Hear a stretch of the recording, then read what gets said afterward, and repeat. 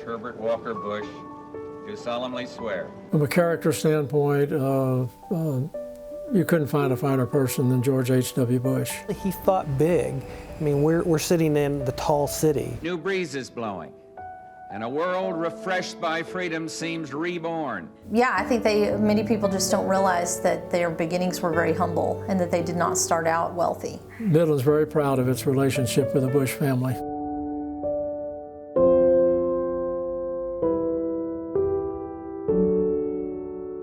You personally knew former President George H.W. Bush before he even became president. Talk to me about that. Take me back to that time period. I think the first time I met him was when he was running for the U.S. Senate.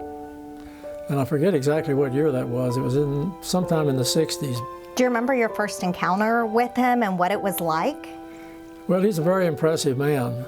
And I just say that I thought, you know, this is an outstanding guy that's got a lot of potential. What was his personality like? I mean, a lot of us see him on TV, we've seen the clips, but is he that person that we saw on television? You know, to a large extent he's not, I don't think, because he's a lot more to him than that. He's a wonderful man. He was an extraordinary individual that did unbelievable things in his lifetime. But he was not a great communicator, like, for instance, we all think of Ronald Reagan. But one-on-one or in small groups, he was a warm personality. You could tell that he cared about people. You have some pictures, you have a letter on your wall from former President George H.W. Bush. What does the letter say, first of all? Well, the letter's an example of what a caring individual he was. The letter says, "Dear Arnie, thanks for your comments to Ron on the Romer, who was the governor of Colorado at the time, confrontation. He was acting minor league. I'm glad you felt I came out okay. All the best, George Bush." And this picture right here is in Bobby Holt's house, and we were discussing his campaign for president in 1988. How does it feel to have these memories on the wall? Oh, it's pretty neat. What word would describe former President George H.W. Bush the most? That's a tough one. I think patriot. How come? Well, just look at his life, what he did. I mean, he was the youngest Navy pilot in World War II. He was a hero as a pilot in combat. He went on to be a CIA director, chairman of the Republican National Committee, vice president, envoy to China in one capacity or another, and then President of the United States, and lived an exemplary life.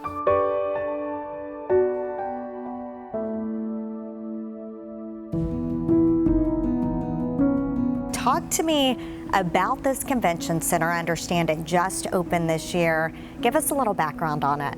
We just opened the new Bush Convention Center on September 26, 2019, almost 4 years from closing the old Midland Center to opening the new Barbara and George H.W. Bush Convention Center.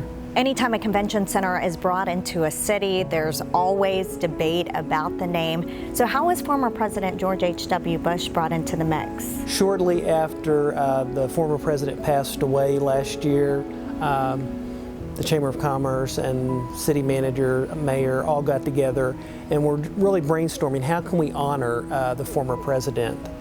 And I know there were several options they looked at, but what they settled on was naming this new facility. And I think it's really special that we named it after Barbara and George H.W. Bush. Just both of them having such an impact in our community, and not just our community, around the world. When it comes to former President George H.W. Bush, what do you want people to remember about him? What do you want them to take away? I think he very much characterized Midland values of, you know, that self-starter, pull yourself up by your bootstraps, go out there and get things done. And really, he thought big. I mean, we're sitting in the tall city. How long did former President George H.W. Bush and his family live there? And give me a sense of what it was like back then. The house itself, not only is it still in the same location, and then of course we have put it back and restored it to look as close as we could get to the way that it looked while they were there.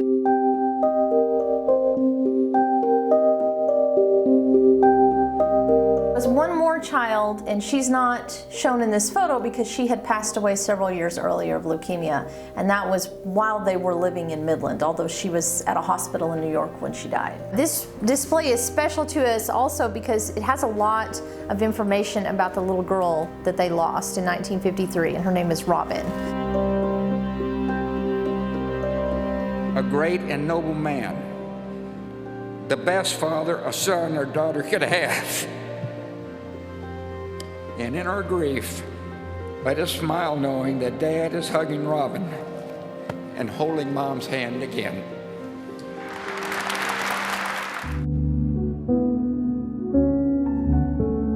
I know you have a lot of visitors that stop by. What shocks them? What really stands out to them about the Bush family? Well, one thing that stands out is they usually are surprised that the house is not bigger. Yeah, I think many people just don't realize that their beginnings were very humble and that they did not start out wealthy. When you first saw the picture of a younger former President George H.W. Bush, what went through your mind?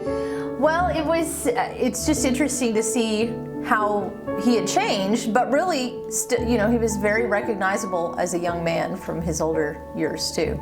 Actually, it was funnier to me looking at the pictures of George W. because the expressions he makes in his childhood photos are a lot like the expressions he still makes now.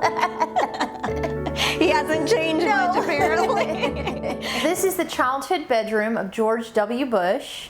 He never had to share a room with a sibling, at least not in this house. Well, one thing that George W. and his dad liked to do together was to build model trains.